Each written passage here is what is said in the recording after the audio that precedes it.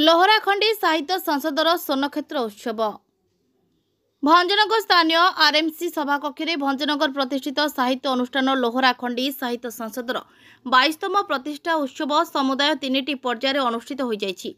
प्रथम पर्यायर उद्घाटन और संबर्धना पर्व, द्वितीय पर्यायर आलोचना चक्र तथा पुस्तक पाठक अर्पण एवं तृतीय पर्यायर कविता पाठोत्सव अनुष्ठित होता। प्रथम पर्यायर कार्यक्रम को भंजनगर विधायक प्रद्युम्न कुमार नायक शुभ उद्घाटन करथिले।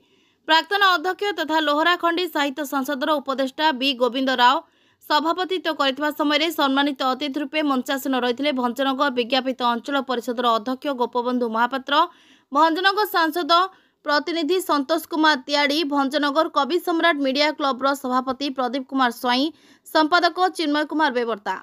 यह अवसर में साहित्य, कला, संस्कृति, लोककला, लोकनृत्य, समाजसेवा, प्रकृति संरक्षण, रक्तदान क्षेत्र में उल्लेखनीय अवदान एवं विभिन्न क्षेत्र में पारदर्शिता लाभ और उल्लेखयोग्य कार्यकलाप करथिबा व्यक्तिविशेष मानकु संबर्धना दिया जायतिला।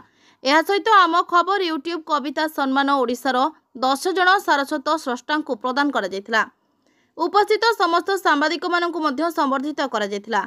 अनुष्ठान परिचालना संपादिका श्रीमती प्रभाती मंजरी बेहरा संयोजना करथिबा बेले धन्यवाद प्रदान करथिले सदस्या सुजाता षडंगी।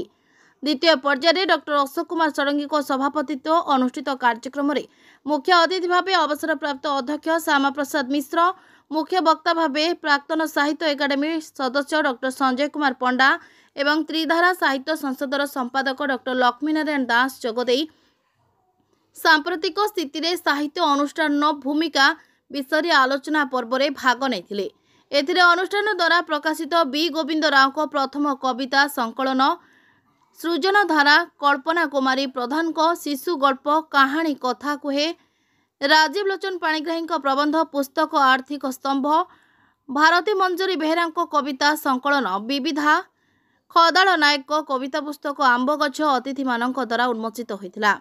संपादक चिन्मय कुमार बेवर्ता संयोजना करथिबा बेले धन्यवाद प्रदान करथिले अनुष्ठान सह संपादिका रंजुलता बेहरा।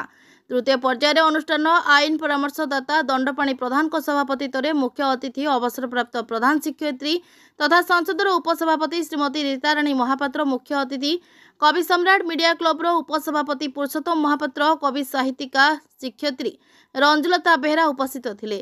कार्यक्रम को परिचालना करथिले अनुष्ठान परिचालना सदस्य कल्पना कुमारी प्रधान। 50 रु ऊर्ध्व कवि कवयित्री निजर स्वरचना कविता पाठ करथिले। गंजाम भंजनगरु सुनील कुमार गौड़ रिपोर्ट, मंथन लाइव।